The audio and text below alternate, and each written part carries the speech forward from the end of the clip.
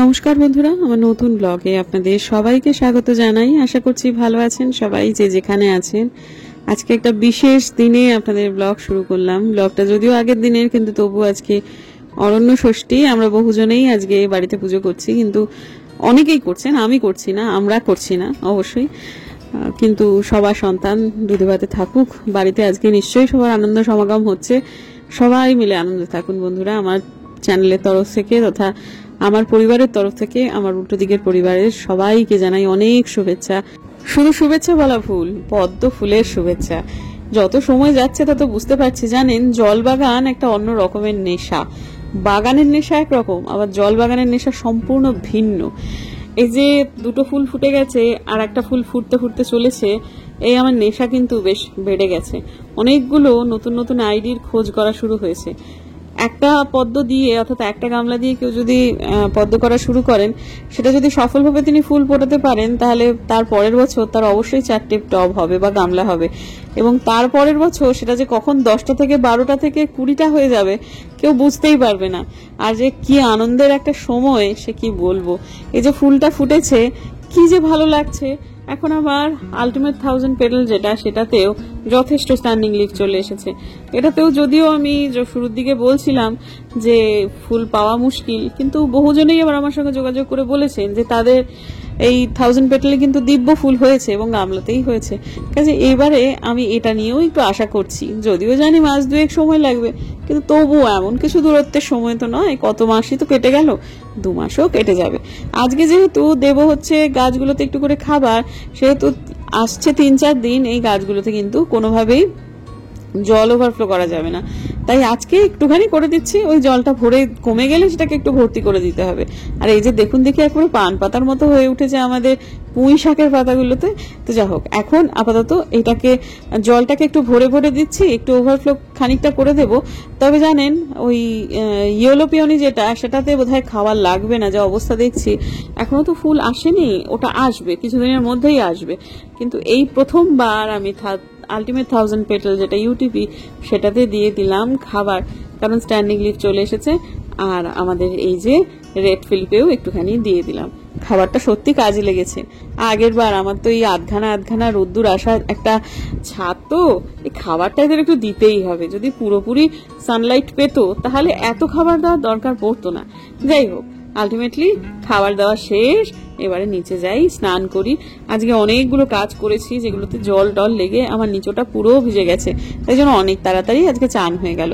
তারপর মায়ের শরীরটা একটু খারাপ করছে, মাথার যন্ত্রণা করছে বলছিলেন, বলে একটু প্রেশারটা মেপে দে। প্রেশার, এই যে ডিজিটাল প্রেশার মেশিনটা ছিল নিচে, সেটা ওপরেতে নিয়ে এলাম। এবং মা এই যে প্রেশার মাপা হচ্ছে, মুখটা দেখেছেন কিরকম থমথমে, কারণ কানে আছে ফোন। একজন মাসিমণি কয়েকদিন আগে মারা গেছেন, আপনারা হয়তো বা জানেন, কল্পনা মাসিমণি। ওই কল্পনা মাসিমণি, সোফিয়া মাসিমণি আর মা, 3 জন ছিলেন হরিহর আত্মা বন্ধু। এখন মা কানে ফোন নিয়ে সোফিয়া মাসিমণির সাথে কথা বলছেন ওই কল্পনা মাসিমণি প্রসঙ্গে, যার ফলে মনটা এখনো খুবই খারাপ। তো যাই হোক, এটা দেখলাম প্রেশারটা মোটামুটি স্বাভাবিকই আছে। আর তারপর মা যখন বললাম যে মা নিশ্চিন্ত থাকো, প্রেশার ঠিক আছে, তখন মা টুকটুক করে গিয়ে পেপার পড়তে শুরু করলেন। আজকে আমি ভেবেছি এবং তখনও ভেবেছিলাম যে দুপুরে আজকে বিধান মার্কেট সংলগ্ন পড়া আছে, সুতরাং আমি ওর সাথেই একবারে বেরিয়ে যাবো, ওখানে যাবতীয় জিনিসপত্র কিনে আবার মেয়েকে নিয়ে ফেরত আসবো, কারণ 1.5 ঘন্টার পড়া। কিন্তু একটু আগে জানা গেল যে যেখানে পড়ে সেই জায়গাটাতে কিছু মেরামতির কাজ করছে, যার ফলে আজকের দিনে টিউশনটা বাদ হয়েছে। আর এমনিতে আমার একটা খুব ব্যাপার ছিল যে একটা সপ্তাহ যে টানা থাকছি না, এই সময়টা দিনহাটায় যাচ্ছি, তো টিউশনগুলো খুব ভাবে ব্যাহত হবে এরকম মনে হচ্ছিল। কিন্তু দেখা গেল যে ফিজিক্স, কেমিস্ট্রি এবং বায়োলজি 3টে টিউশনই সেই সময়টা থাকছে না। মানে ম্যাম এবং স্যারেরা তারাও বেরোচ্ছেন এবং ওই সময়টাই হচ্ছে না। শুধুমাত্র আইপি যেটা পড়া, সেই পড়াটাই একমাত্র বাদ হচ্ছিল, কিন্তু সেটাও অনলাইনে পড়া হয়ে যাবে, সেটা একটা ব্যবস্থা হয়ে গেল। যার ফলে আমি খুবই নিশ্চিন্ত যে আমার মেয়ে পিছিয়ে যাচ্ছে না, অন্তত টিউশনের দিক থেকে হলেও। আর কালকে মা ফোন করেছিল, মঞ্জুদি ফোন করেছিল। মঞ্জুদি হচ্ছে এমন একজন মানুষ যিনি, আমরা যখন ছোট ছিলাম তখন, টুকুর যখন ছোট ছিল তখন আলপনাদির যা ভূমিকা ছিল, আমরা যখন ছোট ছিলাম তখন মঞ্জুদির সেই ভূমিকা ছিল। আমাদের বাড়িটাতে যারাই আসতো অবিবাহিত তাদেরই বিয়ে হয়ে যেত এবং খুব ভালো বিয়ে হতো। মঞ্জুদিও তাদের মধ্যে একজন। মঞ্জুদির বাড়ি ছিল হচ্ছে লালমনিরহাট বলে আমাদের বাড়ি, দিনহাটা সংলগ্ন একটা জায়গা। সেটা একেবারে ওইখানটাতে লালমনিরহাট, বাংলাদেশের লালমনিরহাট না, ভারতবর্ষের লালমনিরহাট আর কি। ওই রকম একটা নদী পেরিয়ে যেতে হয় আর কি। ওই যেন নদীটার নাম শিঙিমারি নদী পেরিয়ে যেতে হয়, ভুলে ভুলে যাচ্ছি সব। ওখানে বাপের বাড়ি। তো মঞ্জুদিরা ছিল, যে মঞ্জু কল্পনা চক্রবর্তী, বোঝা ব্রাহ্মণ, তার সাথে বিয়ে হয়। আমাদের বাড়িতে কাজ করতে করতেই আমার বাবা বিয়ে যাবতীয় কর্তব্য সমস্ত কিছু পালন করেছিলেন সেই সময়টাতে। তো তারপরেও এরকম তো বহু হয়েছে, এসেছে বিয়ে হয়ে গেছে। অনেকেই আছে খুব ভালোভাবে যোগাযোগ রেখেছে, কৃতজ্ঞতা তাদের মনে রেখেছে। তারা, আমার বাবা মা কারো কাছ থেকে না কৃতজ্ঞতা প্রত্যাশা করতেন না, হয়ে গেছে মিটে গেছে, মনে রাখলে ভালো, না রাখলেও ভালো, এরকম একটা ব্যাপার। তো কিন্তু মঞ্জুদি আছে যিনি ভীষণভাবে ওতপ্রোতভাবে এখনো জড়িয়ে আছে। তো তার বিয়ে হয়েছে ভোটপট্টি অঞ্চলে, জামালদাহের সামান্য একটুখানি আগে। তো সে বলেছে, মাসিমা তোমরা যখন গাড়িতেই যাচ্ছ তখন আমি তোমাদের সঙ্গে দেখা করব ভোটপট্টিতে। তা বনুর সঙ্গে দেখা হবে, মনার সঙ্গে, মানে আমার মেয়ের সঙ্গে দেখা হবে। তা মঞ্জুদি আমাদের খুব প্রিয় মানুষ, হ্যাঁ মানে ভীষণ প্রিয় মানুষ। মঞ্জুদিকে ব্লগে রাখতে পারবো, এটা সত্যি খুব ভালো লাগছে আমার। তো এখন ব্যাপারটা হচ্ছে যে মঞ্জুদি তারপরে বললো যে মাসিমা তোমরা যখন গাড়ি নিয়েই যাচ্ছ তখন 2 দিন ওর তো এখন মা বাবা কেউ বেঁচে নেই, আমি বরং আমার ওই বাপের বাড়িটাতে একটু ঘুরে আসি, মানে আমাদের বাড়িতে। তা সেই জন্য আমরা মঞ্জুদিকে নিয়ে একবারে দিনহাটায় যাচ্ছি, ভোটপট্টি থেকে তুলে নিয়ে। তা মঞ্জুদির জন্য একটা শাড়ি কিনবো, এতদিন পর। কিন্তু ওর সংসার, ভরাভর্তি সংসার, ও বেশি দিন থাকতে পারবে না, হয়তো 1 দিন 2 দিন। আর দিনহাটাতে গিয়ে পরের দিনই মায়ের একটা বউ ভাত আছে, সেটাতে নেমন্তন্ন আমাদেরও আছে। শুরুর দিকে ভেবেছিলাম যাবো না, তবে ভাবলাম না ঠিক আছে, ডেকেছে যখন যাই। তা সেই সবে একটা উপহার, যদিও সেটা দিনহাটা থেকেও কিনতে পারি, কিন্তু যখন যাচ্ছি তখন একবারে কিনে নেবো কিনা সেটা ভাবছি। মা বলছেন যে দেখ মা, দিনহাটা থেকে প্রচুর জিনিসপত্র পাওয়া যায়, কিন্তু ওই আর কি, এটার জন্য আবার একবার বেরোতে হবে। শুধু দিনহাটায় গিয়ে একটু ঘরকুনো তো হয়ে যাবোই খুব স্বাভাবিকভাবেই। হ্যাঁ, তো দেখি কি করি। আজকে যখন বেরোচ্ছি, প্লাস আমাদের নিজেদের ষষ্ঠীর জন্য অল্প কিছু জিনিস, দেখি সব মিলিয়ে মিশিয়ে ওই একটা বাজার করতে যাওয়ার ইচ্ছা আছে। সন্ধে লাগার আগেই বেরোবো আর কি। এখন 5:30 মতো বেজে গেছে, আর কতক্ষণই বা লাগবে বাকি সন্ধে, ওই 1/2 ঘন্টা থেকে একটু গড়িয়ে নিই, তারপর বেরোবো। যেতে যেতে অনেকটা সময় লেগে গেল। তখন যখন কথা বললাম তখন ফোনটাতে চার্জ নেই, সেটা একটা অবস্থা। তারপরে এখানে এসেছিলাম, শুয়ে একটু ঘুমিয়ে গেছি। এখন ঘুম থেকে উঠলাম, তখন দেখছি বরিশত্তবাবু ওখানে ভিডিও করছেন। এই ঘরের থেকে বেরিয়ে যান, ওইদিকে যাবো, কনসেন্ট্রেশনে ওনার খুব অসুবিধা হয়। আগে তবু একটা পার্টিশন ছিল ওখানে, ওই ইটা, তো এখন তো সব সরিয়ে দিয়েছি না, তাই সেটা এখন শেষ করলেন। এর পার্টিতে একটুখানি বেরোবো, ইতিমধ্যে আমার ফোনটাও পুরোপুরি চার্জ হয়ে গেছে।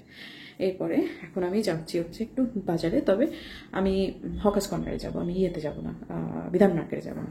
আমি না মায়ের যে নাইটিটা কিনেছিলাম, সেই নাইটিটা না খুব ছোট কাটিয়ে ফেলেছি, যার ফলে ওটা মা পরতে পারছেন না। মানে আমি তো পরলে ওটা আমার একদম পুরোপুরি ফ্রক, আর মায়েরও প্রায় লং ফ্রকের মতো হয়ে যাচ্ছে। কিন্তু মা আর নাইটি নিতে চাইছে, আমার যে কটা আছে সে কটাই আমি পরে পরে আগে ইয়ে করি। তো আমিও দেখলাম আর জোড়াজোড়ি করে লাভ নেই, মায়ের জন্য তো হয়েই গেছে। এখন আমি নিজের জন্য আর মঞ্জুদি আর ওই যে বউ নববধূ, তার জন্য দেখি কিছু একটা কিনে আনি। আটু করে একটা টি শার্ট বুম্বাদার আছে, আমার ম্যাক্সিটাই নতুন নেই, নাহলে না কিনলেই হতো আর কি। এমনি কুর্তি টুর্তি আছে, কিন্তু মায়ের সামনে যদি পরে না হাঁটি তাহলে খুব মুশকিল হয়ে যাবে, সেই জন্যই যাচ্ছি। এই সারা পশ্চিমবঙ্গে এখন অনুব্রত মণ্ডলী যা শুরু হয়েছে। আমি আজকে টোটোতে চড়েছি, জানেন তো, এই বাড়ির সামনে থেকে তো পেলাম। এই টোটোওয়ালা এক হাত দিয়ে টোটো চালাচ্ছে, আর এক হাত দিয়ে অনুব্রত মণ্ডল শুনছে। এই যে কানের কাছে দেখুন নিউজ শুনছে। প্রথমেতে আমি যখন উঠেছিলাম তখন অনুব্রতের ওই রেকর্ডিংটা শেষ পর্যায়ে চলছিল, তারপরে এখন আবার নিউজ চলছে। তো তারপর আমি আবার একটুখানি বললাম, দাদা এভাবে করে চালাবেন না, ঝুঁকি হয়ে যাচ্ছে। পরে অবশ্য কিছুক্ষণ বাদে ওই হাতিমোড় আস্তে আস্তেই সেটাকে ফোনটা পকেটে ঢুকিয়ে নিয়ে আবার চালাতে শুরু করেছিল। কিন্তু মাঝখানে সময়টা আমার বেশ ভয় ভয় করছিল, যে মানে একটু টাল এদিক ওদিক হয়েও যাচ্ছিল, জানেন তো। তো ভদ্রলোকের নিজের টোটো, হ্যাঁ আমি চিনি এনাকে, নিজের টোটো, যদি কিছু হতো তাহলে তো ওনারই ক্ষতি হতো, প্লাস আমার শারীরিকভাবে হয়তো একটু ক্ষতি হতে পারতো।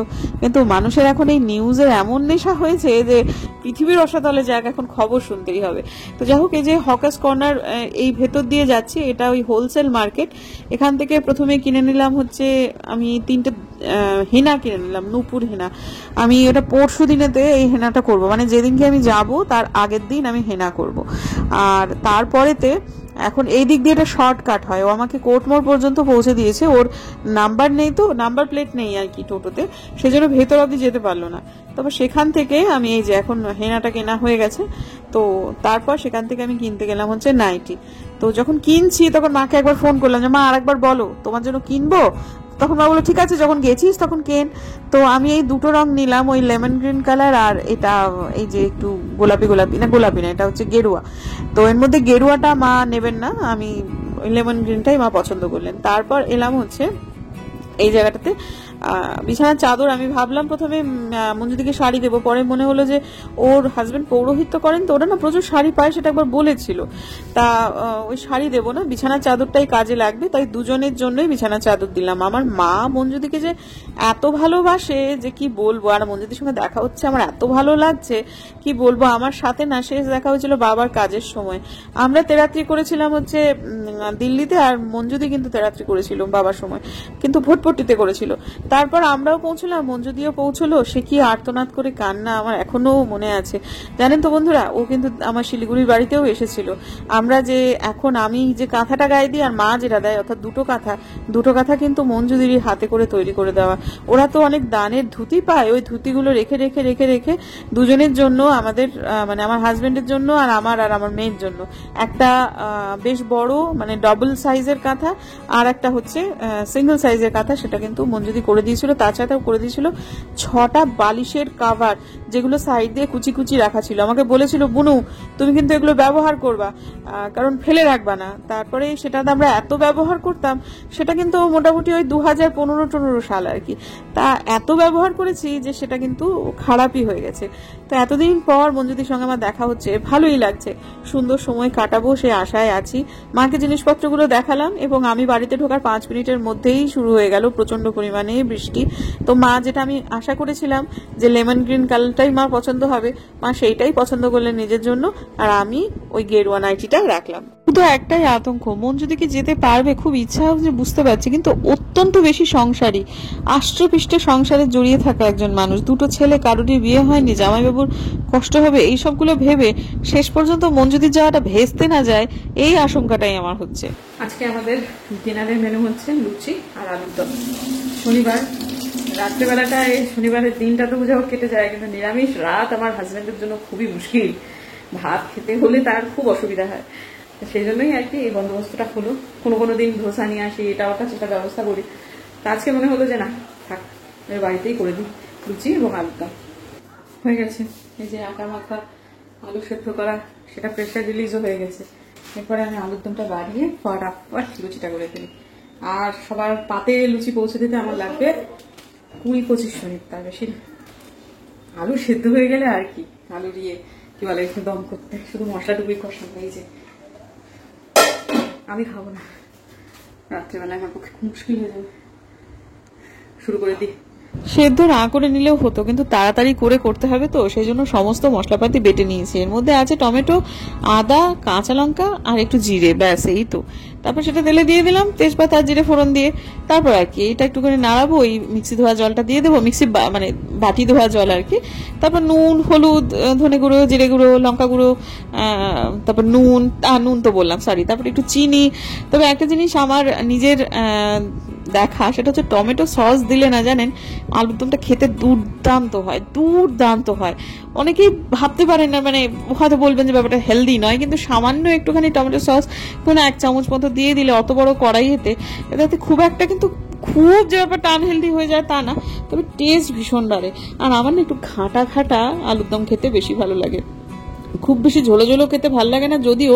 কিন্তু আমি এই যে সেদ্ধ করেছিলাম, জলটা পুরোটা দিয়ে দিয়েছি, কারণ ওই জলের মধ্যে কিন্তু একটু লবণ দেওয়া ছিল, আর এমনিতে একটু নুনটা কমই দিয়েছি, জন্য এখন আবার একটুখানি নুনটা দিয়ে ভাবছি যে না খুবই বেশি কম হয়ে গেছিল দেওয়াটা আর কি, সেই জন্যই তো দিচ্ছিলাম। এই জন্য যে ওই জলের মধ্যে যেহেতু লবণটা আছে, সেহেতু ভেবেছিলাম হয়তো বা লবণটা বেশি হয়ে যাবে, কিন্তু খুব সুন্দর খেতে হয়েছে জানেন। আর ওই যে আমি বললাম না যে একটু টমেটো সস দিয়ে দিলে দারুণ হয় খেতে, সবার শেষে একটুখানি গরম মশলা গুঁড়ো, ব্যাস এই তো, আর কিছুই নেই। খুব সিম্পল, খুব ফাঁকিবাজি একটা রান্না। আর আমি খাবো না, কিন্তু আমি শেষ টাইম মা আমাকে জোরাজুরি করাতে একটা খেয়েছি, কারণ রাত্রেবেলাতে আমি এটা খেলে আমার খুব সমস্যা হবে। পেটটা আমার খুব একটা যে সুবিধে যাচ্ছে কদিন থেকে তা না, কিন্তু আমার ইচ্ছা করলো আর কি, বলেইছি কারণটা আপনাদের, যে বরটার মুখের দিকে তাকানো যায় না। আর আজকে না একটু বৃষ্টি বৃষ্টি অবস্থা তো, মানে ওই সময়টা বিদ্যুৎটা চমকাচ্ছিল, আমি খুব দ্রুত বাড়ি চলে এসেছি, মানে জাস্ট জিনিসগুলো কিনেছি আর মানে যত দ্রুত সম্ভব তত বাড়ি চলে এসেছি। অন্য সময় না একটা দুটো দোকানে আমি ঘুরে থাকি, কিন্তু আজকে মোটেই সেটা সময় ছিল না। যে দোকানে ঢুকেছি একটা দোকানে নাইটি দেখেছি কিনেছি, একটা দোকানে বিছানার চাদর দেখেছি কিনেছি, এই করে করে বাড়ি চলে এসেছি। কারণ যখন বেরোচ্ছি তখনই আলপনাদি বললো যে বৌদি আকাশ খারাপ করেছে, কিন্তু তুমি কিন্তু নিয়ে যাও, ছাতা নিয়ে যাও। তো আমি বললাম যে না, ছাতা নিয়ে না বাজার হাট করতে খুব সমস্যা হয়। আমি যদি ব্লগার না হতাম তাহলে ছাতা নিয়ে যেতাম, কারণ এই মাঝে মাঝেই এই ব্লগ করব, কখন ব্লগ করব, কোন হাতে ছাতা ধরবো, কোন হাতে ক্যামেরা ধরবো, কোন হাতে ব্যাগ ধরবো, সাথে তো কেউ যায়নি, তাই না? সেই জন্যই ছাতাটা নিইনি।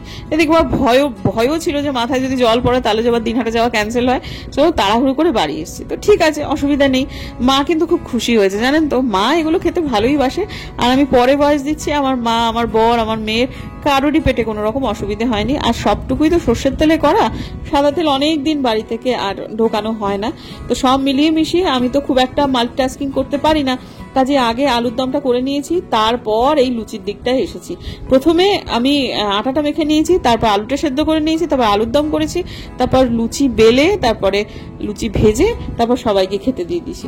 তো যাই হোক, এখন আপাতত হয়ে গেল, সবাই খুশি, আমিও খুশি। অনেকগুলো টাকা পেয়েছি আজকে, কয়েন। আমার মা, আমার বর, আমার শ্বশুরমশাই সবার কাছ থেকে নিয়েছি আজকে। এই যে আমি এখন বাড়িতে সবার মাথাতে এটা ঢুকিয়ে দিতে পেরেছি যে কয়েন খরচ করা যাবে না, নোট খরচ করো, কয়েন খরচ করা যাবে না। তো এখন প্রায় দিনই এরকম পাচ্ছি, দেখে বেশ ভালোই লাগছে। আজকে বেশ অনেক দিন বাদে এইরকম একটা 2 টাকা পেলাম, খুব পেয়ে গেছি। আজকে যে কি গরম না, এই যে রান্না করছিলাম তার মাঝখানে খেপে খেপে জানলাটা খুলে দিয়েছিলাম, খেপে খেপে বৃষ্টি আসছে, খানিক বৃষ্টি হচ্ছে, বন্ধ হয়ে যাচ্ছে, আবার হচ্ছে, আবার বন্ধ হয়ে যাচ্ছে, কিন্তু গরম কমে না। এই যে এখনো যদি জানলা খুলে দিই একটু হয়তো মৃদুমন্দ হাওয়া বইবে, কিন্তু খুবই গরম। কিন্তু আমাদের শিলিগুড়িতে তো বেশ মানে খুব, শিলিগুড়ি কেন উত্তরবঙ্গেতেই অতি ভারী বৃষ্টির সম্ভাবনা আছে, কিন্তু খুব একটা সেটা লক্ষণ দেখা যাচ্ছে না। তো যাই হোক, আপাতত এগুলো তো জায়গা মতো ভরবো, তারপরে একটু স্নান করবো, সমস্ত কাজকর্ম মিটিয়ে ফেলেছি। এবং না মেটাইনি, এই যে যে বাকি আছে এইটুকুই। ছাদে গেছিলাম, সব কাজ শেষ করার পর প্রায় 11টার পরে গিয়েছিলাম ছাদে, গিয়ে তারপরেতে সব জামা কাপড় নিয়ে এলাম। তা যাই হোক, এগুলো সব চালু কয়েন, জানেন, কোনোটাই খুব একটা ভ্যালুয়েবল কিছু নয়। যেটা আপনাদের দেখালাম সেটাও খুব একটা ভ্যালুয়েবল কয়েন নয়, কিন্তু আসলে এই চালু কয়েন থাকতে থাকতে হঠাৎ করে একদিন মানে কয়েন নিয়ে নাড়াচাড়া করতে করতে এমন হয়তো কিছু কয়েন পেয়ে যাবেন, বা একটাই হয়তো বা পেয়ে যাবেন 10টার মধ্যে বা 100টার মধ্যে, যেটা ভীষণ ভালো। দুঃখিত বারবার করে হাই তুলছি সেই জন্য, কারণ কি করবো, ভীষণ ইয়ে লাগছে, ঘুম পেয়েছে। কিন্তু কয়েনগুলো যখন দেখলাম তখন দেখার লোকটা সামলাতে পারছিলাম। এবার মিনিটটা বোঝা যাচ্ছে না তো, দাঁড়ান ভালো করে দেখাই।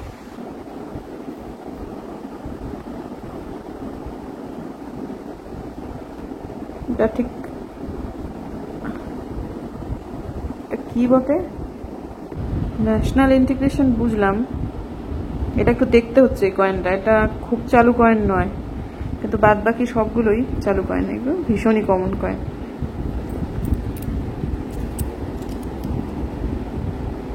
এগুলো খুবই চালু কয়েন।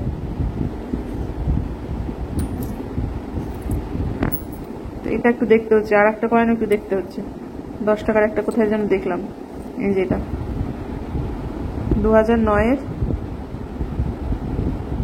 হায়দ্রাবাদ মিন্ট। বললাম না, কয়েন নাড়াচাড়া করতে করতে হঠাৎ হঠাৎ একটা দুটো কয়েন বেশ ভালো পাওয়া যায়। কিন্তু এটাকেই আমরা হাত বদল করতে করতে কত হাত বদল হয়ে যাবে আমার হাতে এলো, তাই না? তবে যারা কয়েন কালেক্ট করে তারা কিন্তু ঠিকঠাক দামটা দেবে না, অবশ্যই তাই। এটা আসল জায়গায় নিয়ে যেতে হবে, এবং শিলিগুড়িতে সেই আসল জায়গাটা নেই। কলকাতায় আছে, দিল্লিতে সব থেকে ভালো, ইনফ্যাক্ট অনেক জায়গাতেই আছে, কিন্তু দিল্লিতে গেলে সব থেকে ভালো হবে আর কি।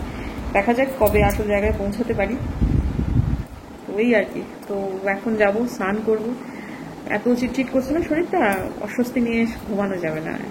চান করবো, পোশাকটি ছাড়বো, এবং তারপর নিদ্রা যাবো, ওই ঘরে যাবো, ওই ঘরে শোবো না, এই ঘরে খাটটাতে বড্ড বুদ্ধি লাগে। তো যার ফলে ঠিক আছে, আজকের দিনের জন্য এইটুকুই থাক। দেখা হচ্ছে কালকে একটা নতুন ব্লগে। যদি আমার ভিডিও ভালো লাগে তাহলে প্লিজ সাবস্ক্রাইব করবেন, পাশে নোটিফিকেশন বেলটাকে অন করবেন, যাতে ভিডিও দিলেই নোটিফিকেশন চলে যায় আপনাদের কাছে। দেখা হচ্ছে আগামীকাল, ততক্ষণের জন্য টাটা।